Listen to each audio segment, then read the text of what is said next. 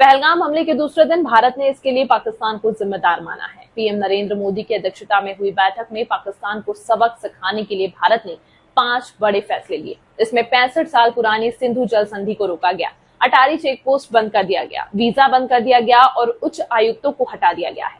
सिंधु जल संधि 19 सितंबर 1960 को भारत और पाकिस्तान के बीच 6 नदियों का पानी बांटने को लेकर एक समझौता हुआ था, जिसे सिंधु जल संधि कहते हैं। समझौते के तहत भारत को 3 पूर्वी नदियों रावी, ब्यास और सतलुज का अधिकार मिला, जबकि पाकिस्तान को 3 पश्चिमी नदियों सिंधु, झेलम और चिनाब का इस्तेमाल करने की परमिशन दी गई। समझौते का मकसद। सिंधु जल समझौते का मकसद था कि दोनों देशों में जल को लेकर कोई संघर्ष न हो और खेती करने में बाधा न आए। हालांकि भारत ने हमेशा इस संधि का सम्मान किया, जबकि पाकिस्तान पर आतंकवाद को समर्थन देने के आरोप लगातार लगते रहे हैं। भारत के पाकिस्तान से 3 युद्ध हो चुके हैं, लेकिन भारत ने कभी भी पानी नहीं रोका था। लेकिन पाकिस्तान हर बार भारत में आतंकी हमले के लिए जिम्मेदार होता है। पाकिस्तान में अब पानी का संकट होगा। पाकिस्तान की 80% खेती सिंधु, झेलम और चिनाब नदियों के पानी पर निर्भर है। अब भारत की तरफ से इन नदियों का पानी रोक देने से पाकिस्तान में जल संकट गहराएगा। वहाँ की आर्थिक स्थिति बिगड़ेगी। इसके अलावा पाकिस्तान कई डैम और हाइड्रो प्रोजेक्ट से बिजली बनाता है। पानी की कमी से बिजली उत्पादन में गिरावट आ सकती है, जिससे आर्थिक और औद्योगिक गतिविधियों पर असर पड़ेगा। अटारी चेक पोस्ट के बंद होने से पाकिस्तान के लोगों की आवाजाही तो बंद होगी ही, साथ ही छोटे सामानों को भारत निर्यात नहीं करेगा। इससे वहाँ के छोटे व्यापारियों को आर्थिक नुकसान होगा। भारत आए पाकिस्तानी नागरिकों को इस रास्ते से लौटने के लिए 1 मई तक का वक्त दिया गया है। इसके बाद वह इस रास्ते से नहीं लौट पाएंगे।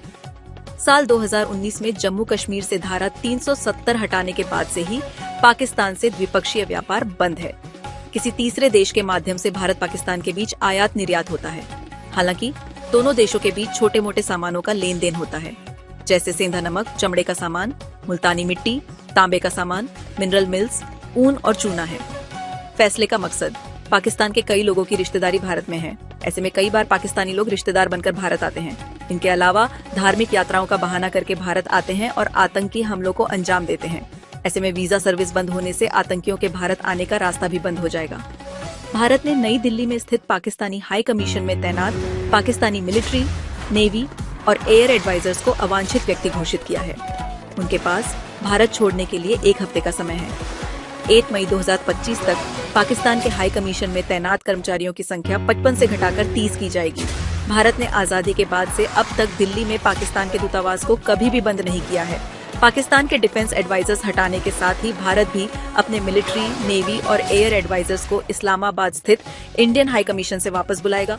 संबंधित हाई कमीशन में ये पद निरस्त माने जाएंगे। दोनों उच्चायोगों से सर्विस एडवाइजर्स के 5 सपोर्ट स्टाफ को भी वापस बुलाया जाएगा।